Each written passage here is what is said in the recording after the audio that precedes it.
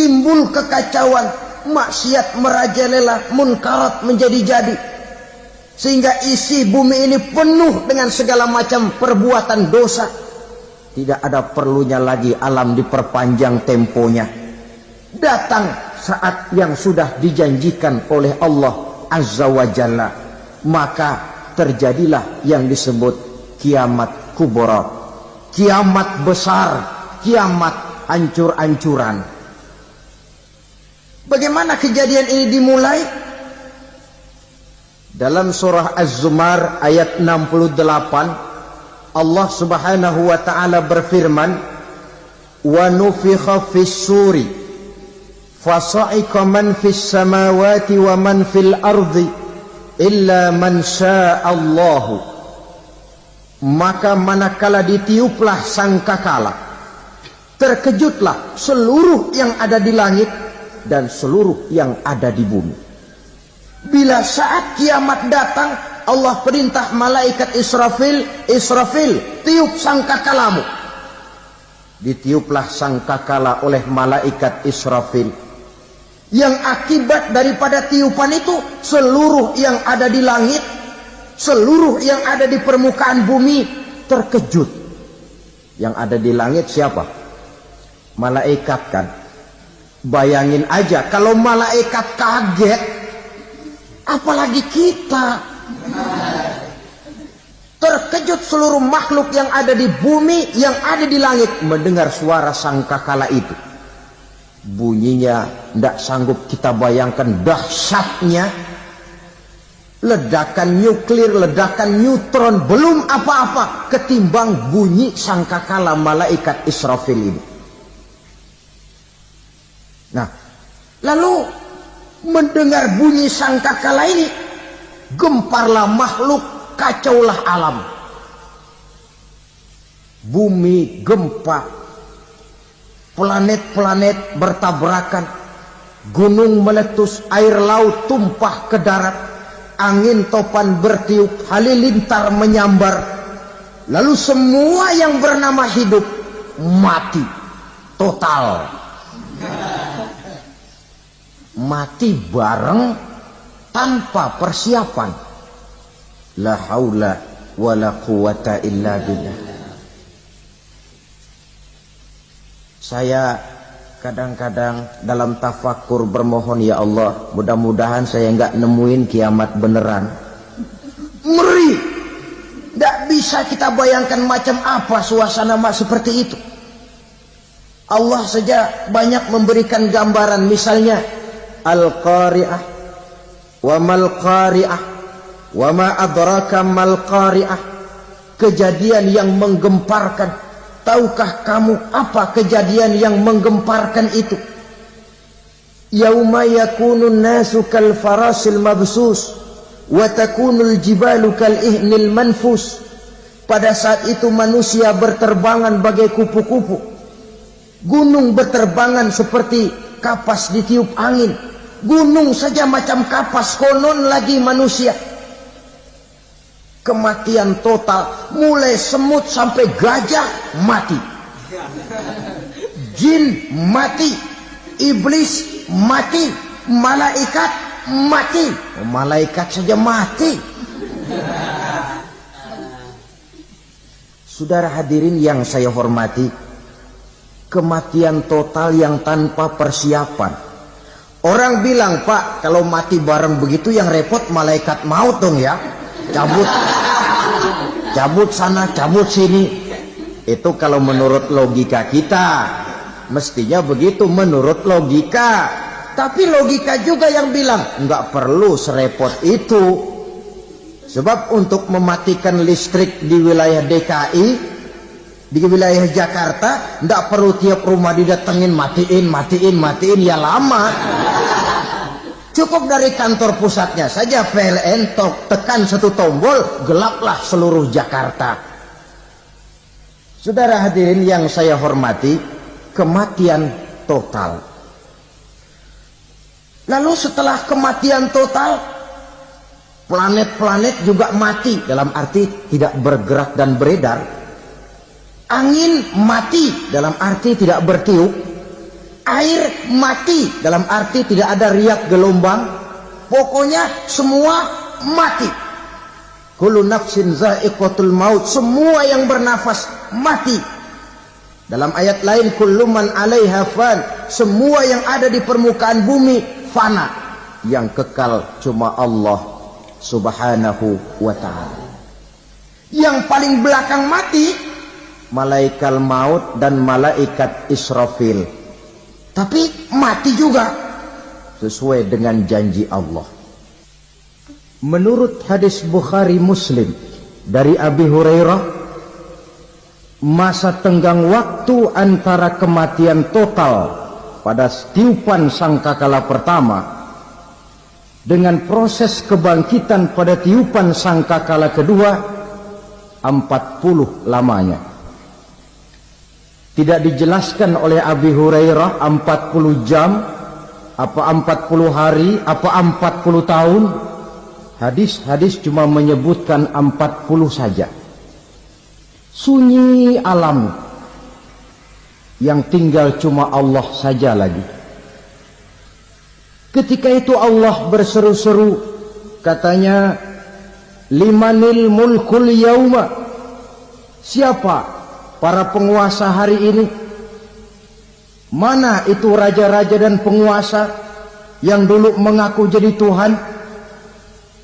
Fir'aun, mana Fir'aun sekarang? Yang dulu jadi raja, merasa berhasil, sombong, lalu tidak mau turun-turun dari kekuasaannya, sampai kepada puncak kekurang ajarannya mengangkat diri jadi Tuhan. Mana itu Fir'aun? Namrus, mana sekarang Namrus? La ilaha illa ana, ternyata tidak ada Tuhan lain selain daripada aku, kata Allah.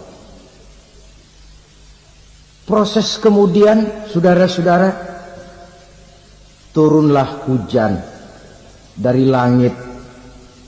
40 lamanya hujan itu. Tidak jelas juga 40 jam apa 40 hari. Setelah air turun membasahi, datanglah tiupan sangkakala yang kedua. Semua yang bernama mati bangkit dari kuburnya masing-masing. Ini yang disebut Yaumul Ba'thi, hari kebangkitan. Allahu Akbar. Pada saat kita bangkit dari kubur kita masing-masing, kumpul di padang mahsyar namanya. Bayangin aja, saya sendiri nggak sanggup bayangin. Manusia sejak zaman Adam sampai zaman kiamat kumpul bareng di tempat sama. Berapa banyaknya itu?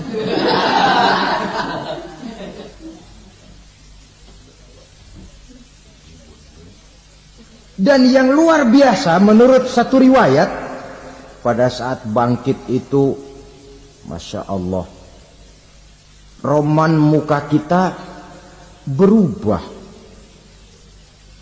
disesuaikan dengan amalan kita waktu di dunia ini. Barang siapa yang waktu di dunia amalannya itu amalan tikus, di akhirat nanti dia bangkit dari kubur, mukanya seperti muka tikus. Gagah betul badannya, tapi mukanya seperti tikus. Kenapa? Amalannya waktu di dunia seperti amalan tikus. Apa amalan tikus itu? Suka ngegeragoti barang yang sudah disimpan rapi-rapi. Orang sudah simpan uang rapi-rapi, simpan perhiasan rapi-rapi, digeragoti oleh tikus. Maling-maling, pencoleng-pencoleng, koruptor-koruptor, itu nanti di akhirat nanti kita lihat mukanya seperti muka tikus. Oh, ini waktu di dunia suka nyolong, mukanya seperti muka tikus. Barang siapa yang waktu di dunia ini amalannya itu amalan macan. Dia akan bangkit nanti mukanya seperti muka macan. Apa amalan macan? Macan itu amalannya menang-menangan. Orang yang mau menang saja, nggak mau mengalah. Coba lihat di hutan. Kenal hutan nggak? Nah. Di hutan, raja hutan di mana-mana pasti macan. Betul kan? Betul. Padahal hutan belum pernah bikin pemilihan umum. Tapi macan tidak peduli ada pemilihan umum apa tidak, pokok saya raja. Sebab apa? Macan jadi raja itu bukan karena benar, tapi karena kuat jadi raja. Setelah dia jadi raja, rakyat hutan yang mesti dilindungi malah dimakan oleh raja macan. Kambing rakyat hutan dimakan oleh macan. Ayam rakyat hutan dimakan oleh macan. Itu nanti kita lihat di akhirat itu mukanya seperti muka macan, gagah betul. Lalu barang siapa yang di dunia ini amalannya itu seperti amalan anjing, nanti dia punya muka seperti muka anjing. Apa amalan anjing? Pertama, anjing itu kalau disuruh jaga rumah, dia tidak bisa membedakan mana maling, mana tamu. Biar yang datang maling, kalau bawa tulang, anjing kalem. Yang kedua, anjing itu akan setia kepada siapa saja yang memberinya roti. Siapa yang memberinya roti, itulah majikannya. Apa kata majikannya, pasti dia laksanakan. Soal benar atau salah, dia tidak peduli. Setelah anjing dapat roti, dia tidak punya pilihan lain kecuali bilang, abdi mah kumaha juragan wae ayeuna mah.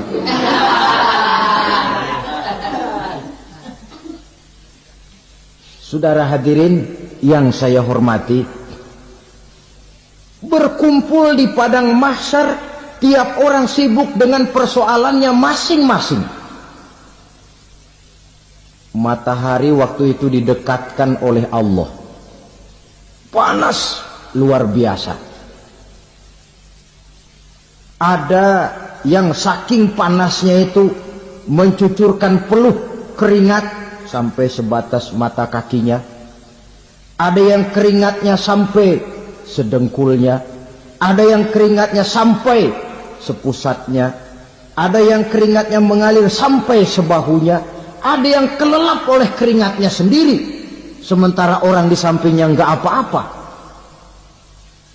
Bergantung lagi amalan dia waktu di dunia ini. Saudara-saudara, sebagian orang dalam kepanikan padang mahsyar berombong-rombong datang mereka menghadap Nabi Adam. Ya Adam, anta abal bashar. Hai Adam, Tuhan adalah bapak moyang manusia. Kami sebentar lagi akan disidang, dimintakan pertanggungan jawab. Tolonglah kami, hai Adam. Kata Nabi Adam, jangankan nolongin sampean, saya sendiri tanggung jawab di hadapan Allah. Ketika dulu tidak boleh makan khuldi, saya serobot.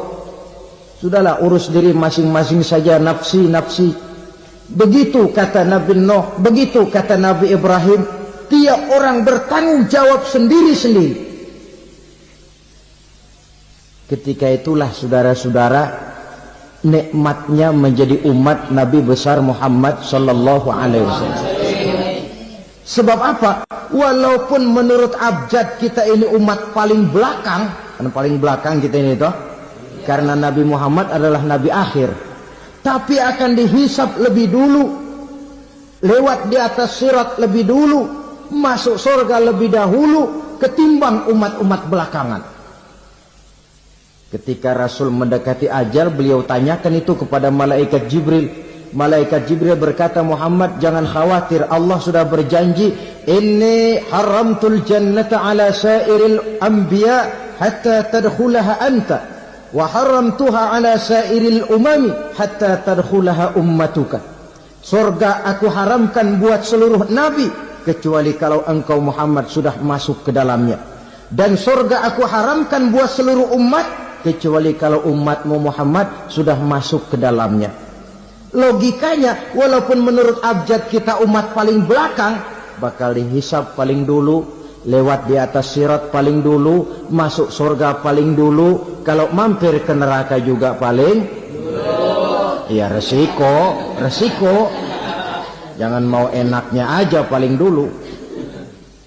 Saudara hadirin yang saya hormati, setelah masa kebangkitan,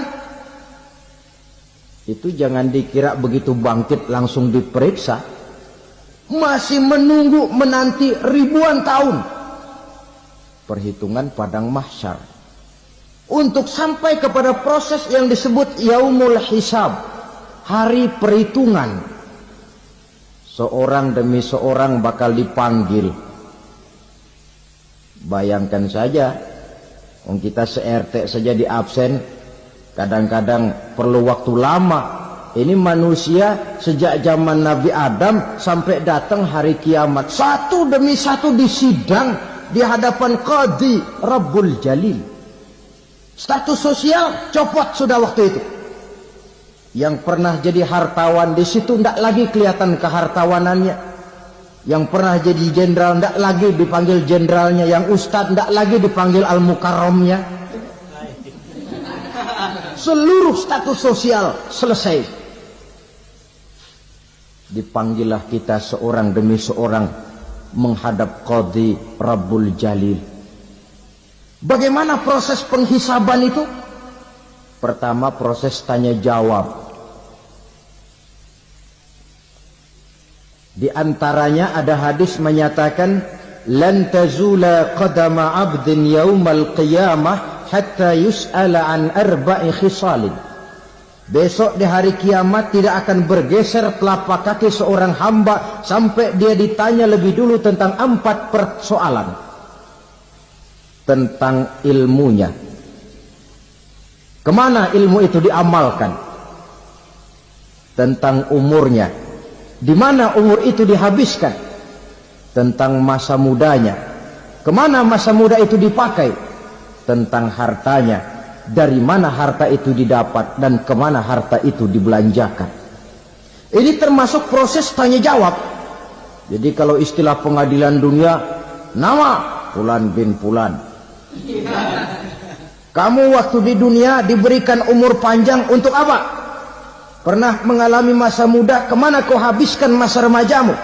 Kau diamanahkan ilmu, dengan apa ilmumu kau amalkan? Kau diberikan harta, dari mana harta kau dapat, kemana kau belanjakan? Tak seorang pun yang bisa mungkir. Sebab apa? Dikala itu yang menjadi saksi bukan orang. Yang menjadi saksi adalah seluruh anggota badan kita. Tangan bicara, kaki jadi saksi terhadap seluruh amalan yang pernah kita kerjakan pada saat kehidupan di alam dunia ini. Selesai proses tanya jawab, lalu diperlihatkan buku catatan kita waktu hidup di dunia ini. Jangan lupa Allah itu menyiapkan 2 superkomputer kepada kita. Sebelah ditempelin sebelah kanan, yang sebelah tempelin di sebelah kiri. Komputer itu namanya Raqib dan Atid. 2 malaikat yang apabila baik kita lakukan, refleks saja akan menulis kebajikan kita. Jahat kita kerjakan akan tertulis. Catatan itu nanti diperlihatkan kepada kita. Waduh, alangkah malunya pada saat diperlihatkan catatan kita, buku rapot kita merah melulu. Barangkali diperiksa sambil diomelin, brengsek lo. Buku merah melulu begini, bagaimana waktu hidup di dunia? Tidak cukup diperlihatkan buku catatan kehidupan, rekaman kehidupan. Rekaman kehidupan kita secara utuh sejak terlahir sampai ajal datang merenggut nyawa. Barangkali mirip dengan video sekarang ini, di mana terekam dengan baik seluruh kegiatan kita sejak yang sekecil-kecilnya sampai kepada yang sebesar-besarnya. untuk kemudian kita pun menerima balasan. In khairan fa khairun wa in syarran fa syarrun. Kalau baik ya baik balasannya, kalau jahat ya jahat juga balasannya. Catatan-catatan kita diberikan. Kalau banyak kebajikannya diberikan di tangan kanan dengan cara yang halus. Kalau banyak kejahatannya diberikan dari sebelah kiri atau dilempar dari belakang. Itulah sebabnya sejak di dunia ini kita sudah mohon kepada Allah. Ketika berwudu membasuh tangan kanan, apa kita bilang? Allahumma a'tini kitabi biyamini wa hasibni hisaban yasira. Ya Allah, berikan saya kitab di tangan kanan, dan kalau saya memang perlu dihisab, hisablah saya yang seringan-ringannya. Tangan kiri berlindung kita kepada Allah. Jangan sampai diberikan kitab di tangan kiri atau dari arah sebelah belakang. Wa a'udzubika an tu'tiya kitabi bishimali aw min wara'i zuhri, dari arah sebelah belakang. Na'udzubillah min dzalik. Setelah selesai lewat proses penghisaban, lewat mizan, timbangan, maka yang sudah selesai dihisab itu bergeraklah menuju sirat, jembatan yang terbentang menuju surga melalui neraka. Saudara-saudara, panjangnya perjalanan sirat itu memakan waktu ratusan tahun. Tetapi orang yang lewat di atas sirat pun macam-macam, bergantung amalannya ketika di dunia ini. Ada yang lewat di atas sirat itu kalbarkil khatib, seperti kilat yang menyambar, lep, sudah sampai dia di surga. Cepat bukan main. Ada yang lewat di atas sirat itu seperti orang lari-lari. Ada yang lewat di atas sirat itu seperti orang jalan biasa. Ada yang sambil merangkak, ada yang sambil ngesor, ada yang sambil gelayutan, ada yang selamat sampai ke ujung ke surga, ada yang tergelincir jatuh masuk ke dalam neraka, bergantung amalannya dalam kehidupan di dunia sekarang ini. Tiap kita akan melewati yang namanya sirat ini. Saudara-saudara kaum muslimin yang saya hormati, dengan demikian mereka yang selamat melalui sirat sampai ke terminal akhir surga, mereka yang ketika dihisab ternyata banyak kejahatannya daripada kebaikannya, mereka singgah di dalam neraka. Nah, adapun orang-orang yang beriman menurut ayat Quran dan hadis Nabi itu nanti ada bermacam-macam. Ada orang beriman itu yang dimasukkan surga. Ada orang beriman itu yang dimasukkan ke dalam surga. Ada orang beriman itu yang disebut penduduk surga. Kenapa lain-lain, Pak? Karena waktu di dunia amalannya juga lain-lain. Ada orang beriman yang masuk surga. Ini paling murah tiketnya. Mau masuk surga? Kata Nabi begini, ma min abdin qala la ilaha illallah thumma mata ala dhalik illa dakhalal jannah. Kalau seorang hamba sudah mengucap dua kalimat syahadat, dia yakin dengan kebenaran kalimat itu sampai matinya, orang itu akan masuk surga. Abi Dzar yang waktu itu diajak bicara heran, ya Rasul kok gampang betul? Iya. Walaupun orang itu mencuri, iya. Walaupun orang itu berzina, iya. Biar dia mencuri, biar dia berzina, kalau dia sudah mengucap dua kalimat syahadat, dia yakin dengan kebenaran kalimat itu sampai matinya, itu orang akan masuk surga. Jadi masuk surga cukup dua kalimat syahadat, yakin sampai mati, masuk surga. Itu perkara masuk. Tapi kalau pertanyaannya diterusin, masuknya kapan Pak? Nah, ini lain lagi urusannya. Sebab ada yang masuknya itu langsung, ada yang mampir dulu. Di sana tempat cuma dua, kalau tidak surga, neraka. Mau ke surga tapi mampir dulu, yang mampirnya jelas di neraka. Kenapa? Dalam hadis qudsi ada riwayat, nanti itu di akhirat, setelah Allah selesai mengatur penduduk surga masuk surga, yang neraka masuk neraka, Allah berkata kepada malaikat Malik, malaikat Malik, labaik ya Allah, itu bajingan-bajingan tengik, manusia-manusia durjana yang waktu di dunia tidak mau sujud, jauh dari ulama, gemar melakukan yang munkarat dan maksiat, hidup di tengah masyarakat selalu jadi bibit keonaran, kufur, sudah masuk neraka semua. Sudah ya Allah. Nah, kalau sudah, coba sekarang kamu masuk Malik. Saya, iya, masuk neraka. Mau apa ya Allah? Kata Allah, akhriju minan nar man kana fi qalbihi misqala habatin min khardalin min iman. Kau masuk neraka, cari di dalam neraka orang-orang yang ada imannya walaupun kecil sebesar biji zarah, angkat mereka keluar. Masuk malaikat Malik ke neraka, cari orang yang ada imannya, korek-korek. Ya repot, udah pada gosong. Yang ada imannya diangkat ke atas, yang ada imannya diangkat ke atas, lalu dimandikan di Nahrul Hayat, namanya sungai kehidupan di akhirat nanti. Cakep lagi rupanya, bersih lagi wajahnya, apel di hadapan Allah. Kata Allah, bagaimana mas? Kapok nggak sampean? Kapok ya Allah. Nah, kalau kapok, idhab fadkhulil jannah, pergi masuk surga sana. Berangkat mereka ke surga, ketemu sama teman-temannya yang udah sampai lebih dulu, yang nggak pakai mampir lagi. Terjadi dialog.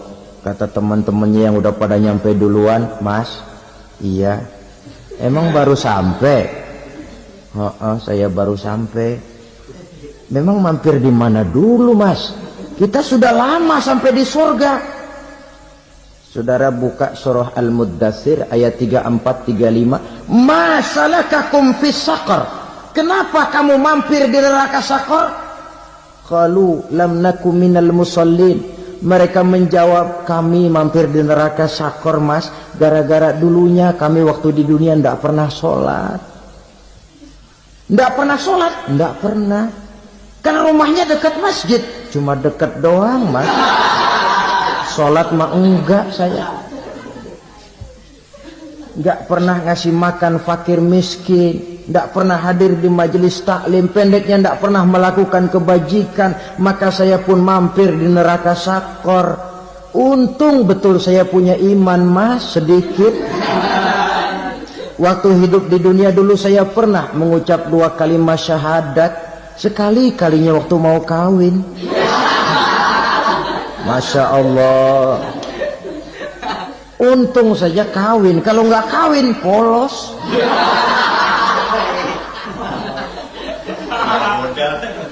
Itu juga pengulu sudah setengah mati ngajarin. Asyhadu alla, asyaduaan, asyaduaan.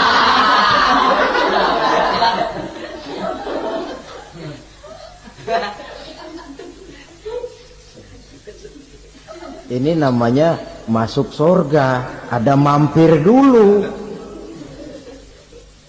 Ada pula orang mukmin itu yang dimasukkan surga. Namanya dimasukkan kan terima beres. Saya masuk ke rumah, jalan sendiri, cari tempat sendiri. Saya dimasukkan ke dalam rumah, terima beres, pokok ada di dalam, itu dimasukkan namanya. Nggak pakai mampir. Tapi tentu tiketnya lebih mahal ketimbang yang pertama tadi. Apa kata Allah? Innal ladzina amanu wa amilus salihat la ukaffiranna anhum sayyi'atihim wa la udkhilannahum jannah. Sesungguhnya orang-orang yang beriman kemudian beramal soleh, kami hapuskan segala dosa dan kesalahannya, kami masukkan mereka ke dalam surga. Lihat ayatnya, Allah yang memasukkan, kita yang dimasukkan. Tidak pakai transit, tidak usah mampir. Cuma tidak cukup syahadat, tidak cukup amanu, tapi diiringi dengan wa amilus shalih. Iman, amal. Tidak cukup syahadat, lalu dibuktikan dia sholat, dia zakat, puasa, lalu dia melakukan berbagai macam kebajikan. Ini yang menyebabkan dia tidak pakai mampir di tempat yang bernama sakor. Lalu ada pula orang mukmin itu yang disebut penduduk sorga. Wah, ini sudah VIP ini. Ashabul jannah, penduduk sorga. Siapa mereka? Kata Allah, innal ladzina amanu summa istaqamu fala khaufun 'alaihim wala hum yahzanun ulaika ashabul jannah hum fiha khalidun. Sesungguhnya orang-orang yang beriman lalu istiqamah, tetap dalam melaksanakan perintah Allah, tidak goyah, tidak labil tapi stabil, istiqamah, mereka tidak takut dan tidak bersedih hati. Merekalah penduduk surga. Iman, istiqamah. Tidak punya duit, sembahyang. Banyak duit, sembahyang. Miskin, sembahyang. Kaya, tetap sembahyang. Istiqamah. Kadang orang kalau susah rajin ke masjid, banyak duitnya ngelihat masjid melengos. Itu yang dibilang waktu miskin hamba Allah, setelah kaya jadi hamba harta. Bergeser, tidak ada nilai istiqomahnya. Saudara-saudara, dengan begitu penduduk neraka itu dua. Ada penduduk permanen, ada penduduk yang semi permanen. Yang semi permanen orang-orang beriman yang mempunyai dosa besar. Mereka masuk ke neraka untuk menerima azab sesuai dengan dosanya. Bila selesai masa azab itu, mereka akan diangkat untuk ditempatkan kembali ke dalam surganya Allah Subhanahu wa ta'ala. Nah, dikala itulah saudara-saudara, ada yang disebut syafaat dari Rasulullah Sallallahu Alaihi Wasallam.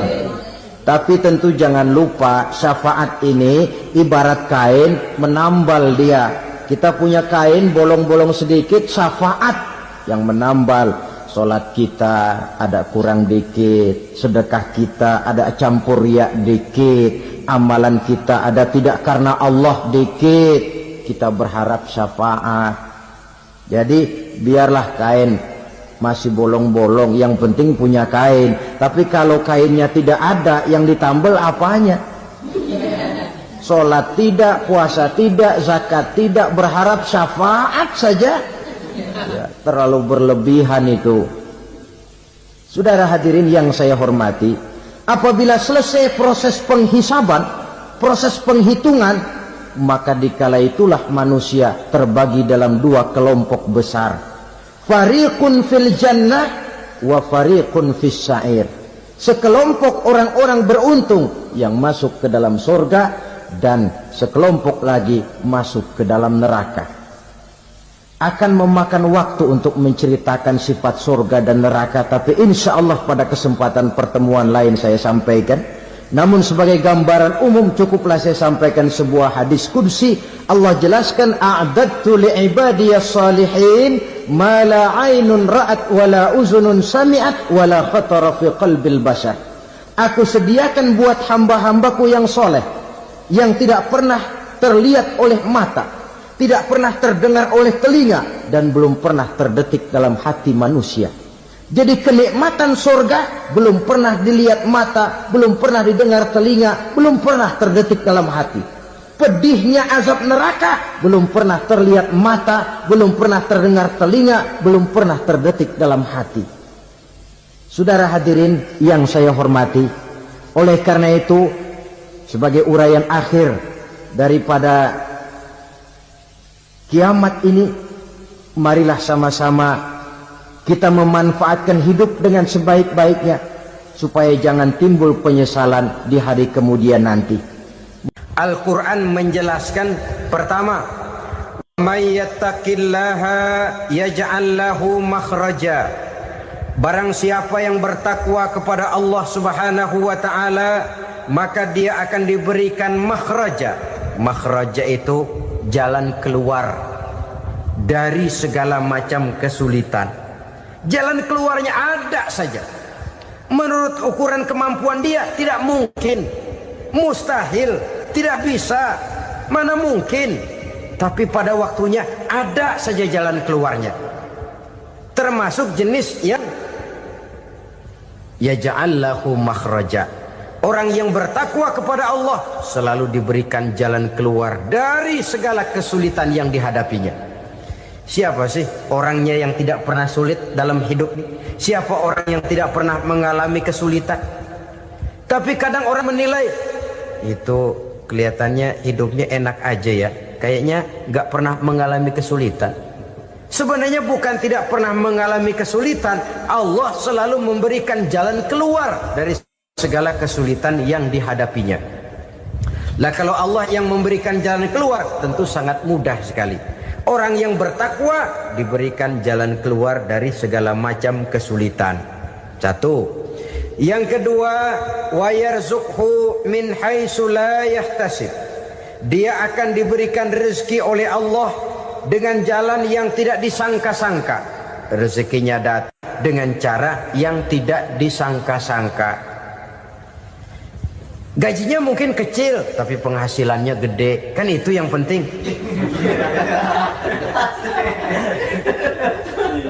Gaji dan penghasilan kan lain tuh. Boleh jadi gaji kecil, asal penghasilan gede, kan nikmat hidup itu. Nah, penghasilan ini ada yang bisa kita perkirakan. Bisa kita perkirakan. Misalnya gaji itu tadi. Kalau saya kerja, gaji saya begini. Ada rezeki yang masuk min haitsu la yahtasib. Tidak kita sangka-sangka, tidak kita duga-duga, tahu-tahu ada saja rezeki. Datang orang bawa persoalan yang mendatangkan hasil. Sebab rezeki, jodoh, maut memang seperti bayangan. Kita uber-uber dia lari, kita diem dia diem. Kan gemesin itu. Bayang-bayang itu begitu. Kita kejar, dia lari. Rezeki juga begitu. Kita diam, dia diam. Setengah mati yang namanya rezeki kita cari, kita uber, ngobek sampai ratusan bohong kita kerjain. Tapi memang belum waktunya, ya sulit untuk tembus. Tapi kadang-kadang giliran kita nongkrong di rumah, datang orang bawain rezeki. Itulah yang namanya rezeki. Tapi ini untuk orang yang bertakwa. Kalau tidak punya kredibilitas takwa, jangan lalu pakai ayat ini. Diberikan Allah dengan rezeki dengan jalan yang tidak disangka. Kan ada ayatnya dah. Kita mah manteng aja di rumah dah. Ntar juga tuh rezeki datang. Ini fasilitas yang diberikan kepada orang yang wa may yattaqillah, bertakwa kepada Allah, yarzuqhu min haitsu la yahtasib, diberikan rezeki dengan cara yang tidak disangka-sangkanya. Maka kadar ketakwaan jangan membuat kita buruk sangka. Tuh orang ya nggak kemana-mana, duitnya ada aja. Kalau dia takwa, Allah berikan jalan keluar. Yang lantas ngelihat kiai orangnya ahli ibadah, ilmunya tinggi, akhlaknya luar biasa, takwanya tinggi, rezekinya lancar, lalu husnuzon nih kiai nggak kemana-mana, duitnya banyak, miara tuyul kali ini. Itu termasuk jaminan Allah yang masuk kategori min haitsu la yahtasib. Yang ketiga, yaj'al lahu min amrihi yusra, dimudahkan segala urusannya. Dimudahkan segala urusannya. Kemudian yang keempat, yukaffir anhu sayyiatihi wa yu'azzim lahu ajra, diampuni segala kesalahannya dan dibesarkan pahala kebaikan yang dikerjakannya. Maka mudah-mudahan puasa yang kita kerjakan mengantarkan kita kepada ketakwaan kepada Allah, dan takwa membuka janji Allah kepada kita di dalam kehidupan ini. Kenapa sih kita yakin Quran itu kitab suci? Pertama, ajarannya sesuai dengan fitrah manusia. Suatu kitab kitab dinamakan suci kalau konsep ajarannya sesuai dengan fitrah. Contoh, ini laki-laki ini seneng nggak sama perempuan? Normal. Kalau nggak seneng saya ragu-ragu.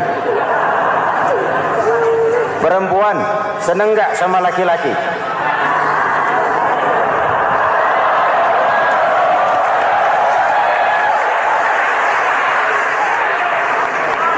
Ini fitrah. Laki-laki suka perempuan, perempuan suka laki-laki. Quran memahami itu. Hai laki-laki, kau senang dengan perempuan. Hai perempuan, kau suka dengan laki-laki. Oke, lewat sini, lewat pintu yang disebut nikah. Kalau kitab suci melarang nikah, itu bertentangan dengan fitrah manusia.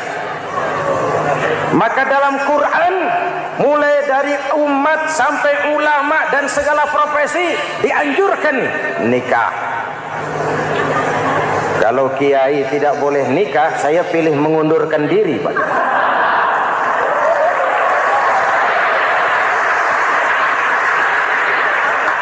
Itu bertentangan dengan fitrah. Lagian mubazir dikasih perabotan nggak dipakai.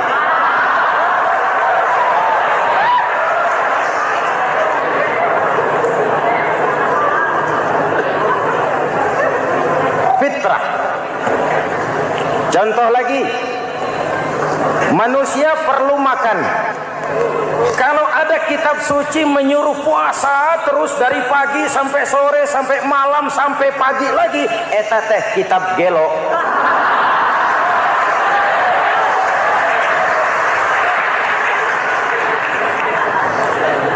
Quran sesuai dengan fitrah, puasa mulai dari imsak sampai datang waktu maghrib. Puasa ngebleng dari pagi sampai sore sampai malam merusak kesehatan. Malam berpuasa boleh bergaul dengan istri. Kenapa? Fitrah. Kalau siang tidak boleh, malam tidak boleh, sebulan penuh panas kepala.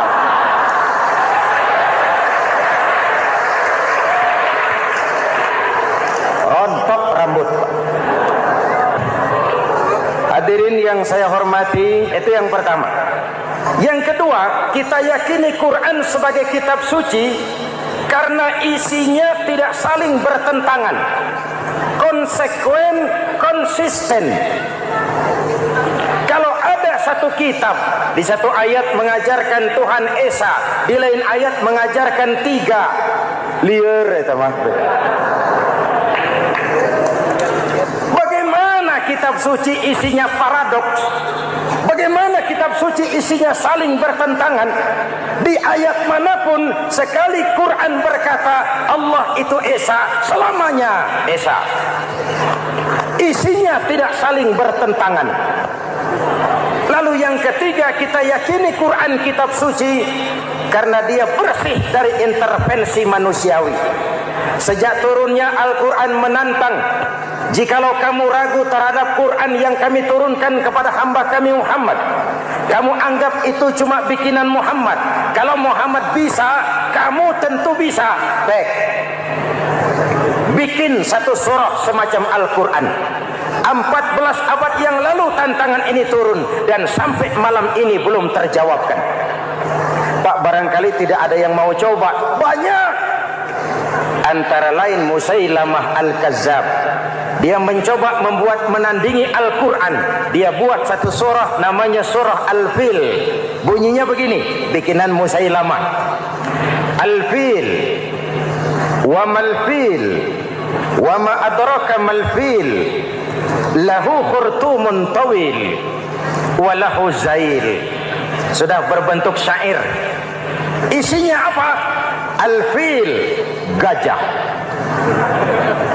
Wa mal-fil, apakah gajah itu? Wa ma adraka mal-fil, tahukah kamu apa itu gajah? Lahu khurtumun tawil, dia punya belalai panjang. Walahu zail, dan dia punya ekor. Enggak usah turun ayat begituan, orang tahu.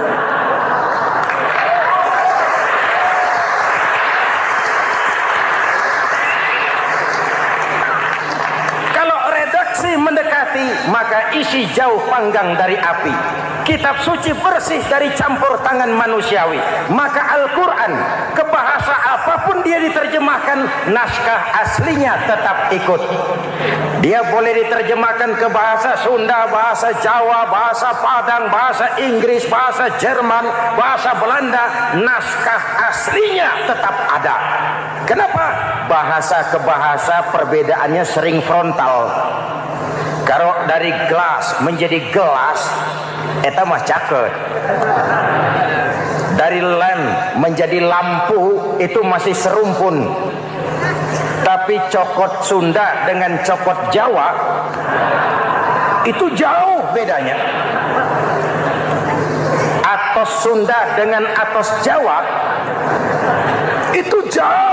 Ulama Sunda sama ulama Jawa nggak pernah akur kalimat atos ini.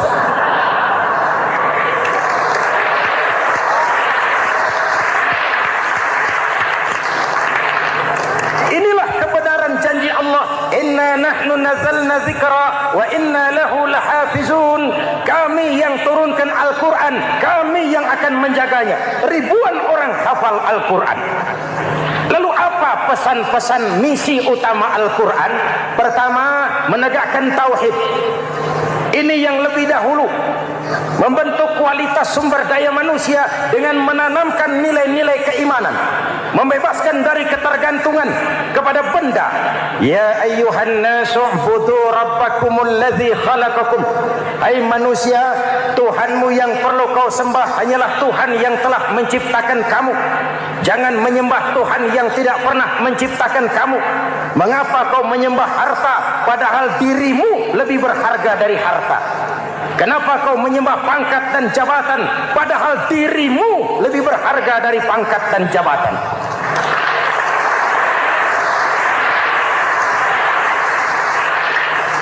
Diajak rasio berpikir, Tuhanmu yang perlu kau sembah hanyalah Tuhan yang menciptakan kamu.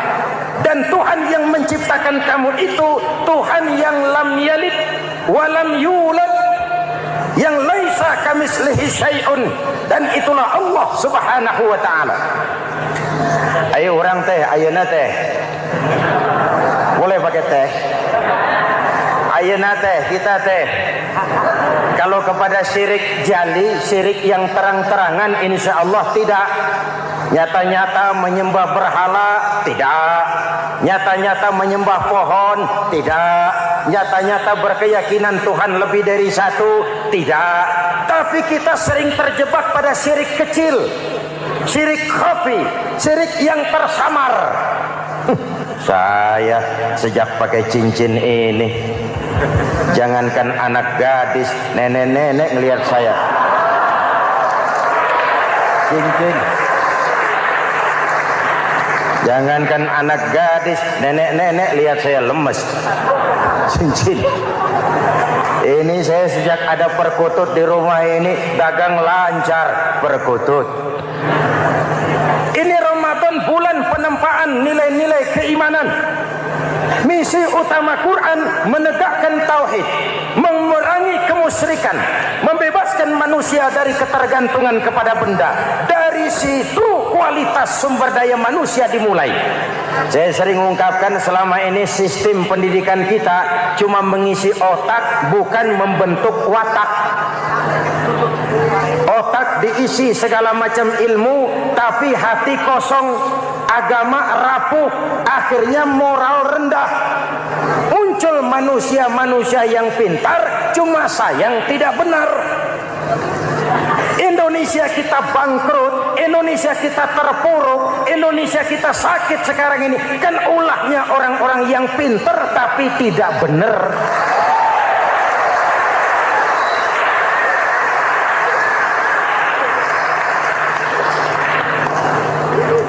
Dan kalau saya bicara kayak begini, ini bukan pidato politik, ini nurani politik naon kadut.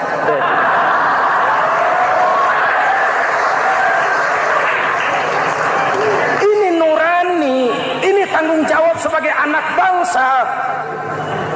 Ibu bapak, saudara-saudara hadirin yang saya hormati, Rasul kalau masuk sepertiga yang akhir, sing-singkan lengan baju, hamparkan sajadah, lebih banyak di masjid daripada di rumah. Itu Rasul. Maka sepertiga yang akhir masjid makin ramai. Lihat Masjidil Haram.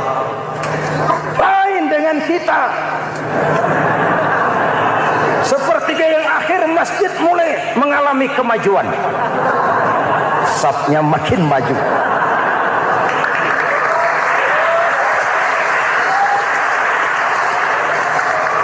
Pasar ramai, terminal beludak.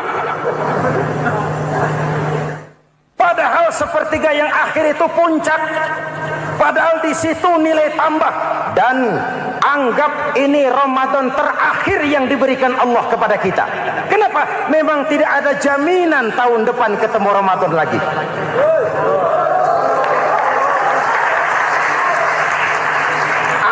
Ini Ramadan terakhir yang diberikan Allah kepada kita. Tidak ada jaminan tahun depan Ramadan akan ketemu lagi. Tidak ada jaminan. Manfaatkan peluang ini untuk melakukan pemutihan. Semua kita melakukan introspeksi. Tidak tahu kita Ramadan tahun depan nanti masih ketemu apa tidak. Sebagaimana kita tidak tahu kita masih hidup atau tidak. Hadirin yang saya hormati, misi kedua Al-Quran, persaudaraan, kebersamaan atas dasar keadilan dan kebenaran. Manusia bersuku-suku, ya.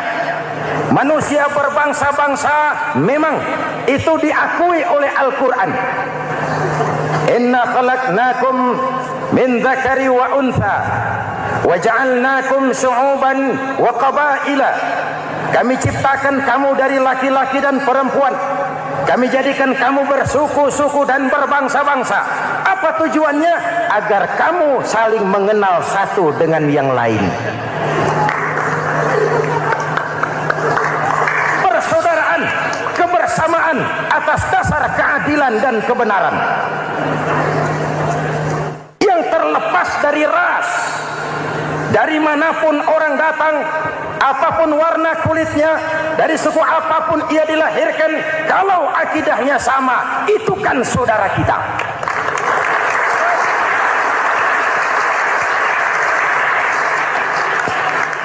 Seperti di masjid, kita tidak peduli dari mana kita datang. Yang datang dari kidul, madhab ngulon mang. Yang datang dari sebelah lor, madhab ngulon mang. Yang datang dari sebelah wetan, madhab kulon mang. Yang datang dari kulon, madhab ngulon. Bukan soal dari mana kau datang, tapi satu arah menghadapmu. Kau mau Betawi, mau Sunda, mau Jawa, mau Padang, mau Aceh, mau Batak, mau Ambon, kita satu nusa, satu bangsa, satu bahasa. Kita jadi lem perekat buat lingkungan kita di saat keutuhan kita sebagai bangsa sedang dalam ujian berat. Semangat kebersamaan atas dasar keadilan. Tidak ada mayoritas menekan minoritas. Umat Islam itu kalau besar, dia mampu melindungi yang kecil. Kalau kecil, dia bisa menjaga diri. Tiap solat Jumat khatib berpesan pada akhir khutbah kedua, innallaha ya'muru bil adli wal ihsan. Innallaha ya'muru bil adli wal ihsan. Allah memerintahkan kamu menegakkan keadilan dengan argumen, bukan dengan sentimen. Mengajak, bukan mengejek. Merangkul, tidak untuk tujuan memukul. Kalau sebagai bangsa kita utuh, kompak dan bersatu, saya yakin kita akan bisa mengatasi kesulitan-kesulitan sekarang ini.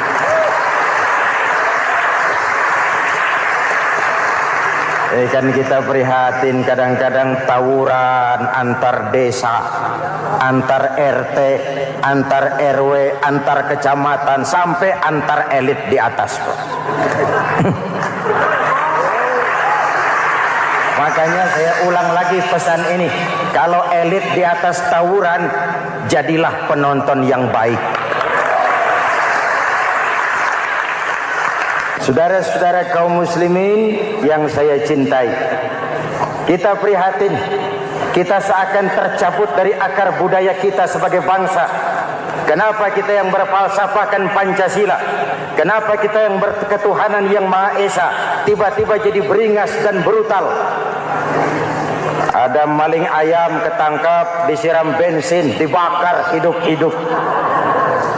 Kok kita bisa begitu? Street justice, pengadilan jalanan mulai tegak. Iyalah kita tidak puas dengan kerja aparat kita, tapi jangan main hakim sendiri.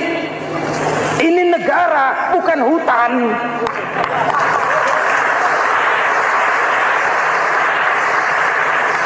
Jangan mencegah kemunkaran dengan menegakkan kemunkaran baru.